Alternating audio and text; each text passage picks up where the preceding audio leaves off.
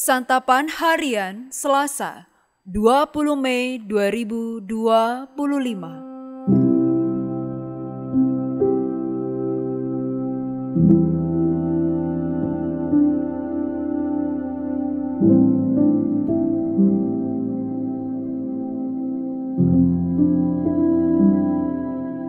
Inilah program Santapan Harian, sebuah program yang mengajak Anda menelusuri isi Alkitab, agar Anda menemukan makna firman Tuhan sesuai dengan konteksnya.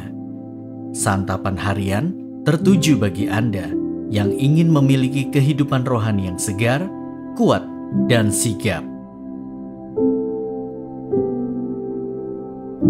Hari ini kita akan membaca Bilangan pasalnya yang ke-20, ayat 22 hingga ayatnya yang ke-29.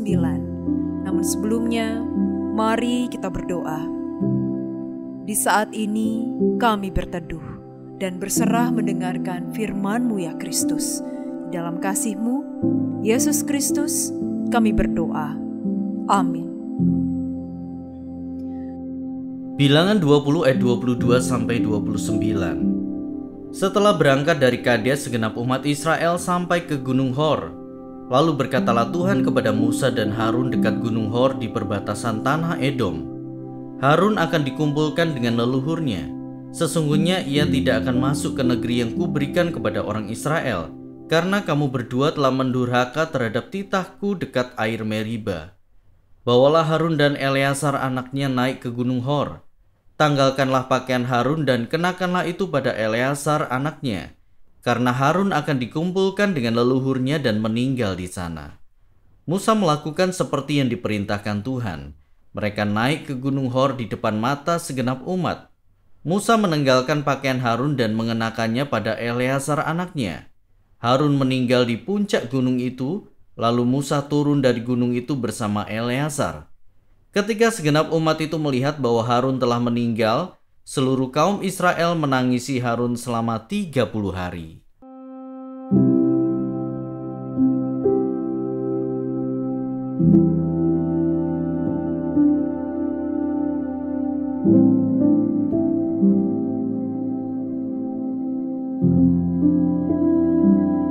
Sahabat Santapan Harian, sesampainya umat Israel di Gunung Hor, Musa membawa Harun dan Eleazar naik ke puncak Gunung Hor sesuai perintah Tuhan.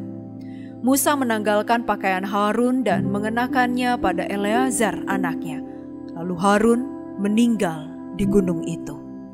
Musa dan Eleazar turun dan seluruh Israel menangisi Harun selama 30 hari.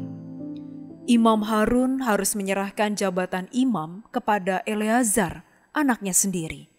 Penyerahan jabatan imam ini berarti tugas dan tanggung jawab imam untuk memelihara ibadah umat Israel harus terus berlanjut dan tetap ada yang mengemban. Penyerahan jabatan imam dari Harun ke anaknya Eleazar penting untuk kita cermati. Peralihan jabatan dari Harun kepada Eleazar mengajarkan kepada kita untuk mempersiapkan generasi penerus yang akan melanjutkan pelayanan dan tanggung jawab kita.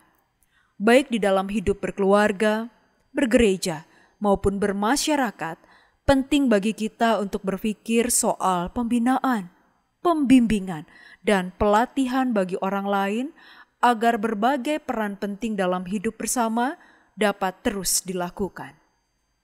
Harun sebagai imam besar memiliki peran penting dalam memimpin umat Israel.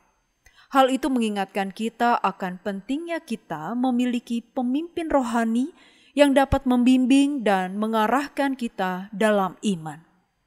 Harun pada akhirnya tidak diizinkan masuk ke tanah perjanjian karena ketidaktaatan dirinya. Hal itu terjadi sesuai dengan kehendak Allah. Pesan penting bagi kita adalah kita diajak untuk selalu taat pada kehendak Allah meskipun itu terkadang sulit atau tidak sesuai dengan keinginan kita. Kematian Harun dan masa berkabung selama 30 hari menunjukkan bahwa kematian adalah bagian dari kehidupan yang harus dihadapi dengan bijaksana. Hendaklah kita menghargai setiap momen bersama orang-orang yang kita cintai dan siap menghadapi kehilangan dengan iman dan pengharapan. Lebih dari itu semua, dukung dan doakanlah pemimpin rohani kita agar mereka dapat terus menjalankan tugasnya untuk mendewasakan iman kita. Mari kita berdoa. Dalam anugerah-Mu Kristus, mampukanlah kami untuk mempersiapkan dengan sungguh-sungguh generasi muda untuk menjadi generasi yang tangguh, yang akan melanjutkan tongkat estafet amanat agung-Mu di dunia ini. Dan mampukan kami untuk menghargai setiap momen, setiap waktu bersama dengan orang-orang terkasih. Di dalam anugerah cinta dan kasih-Mu ya Kristus, kami memohon. Amin.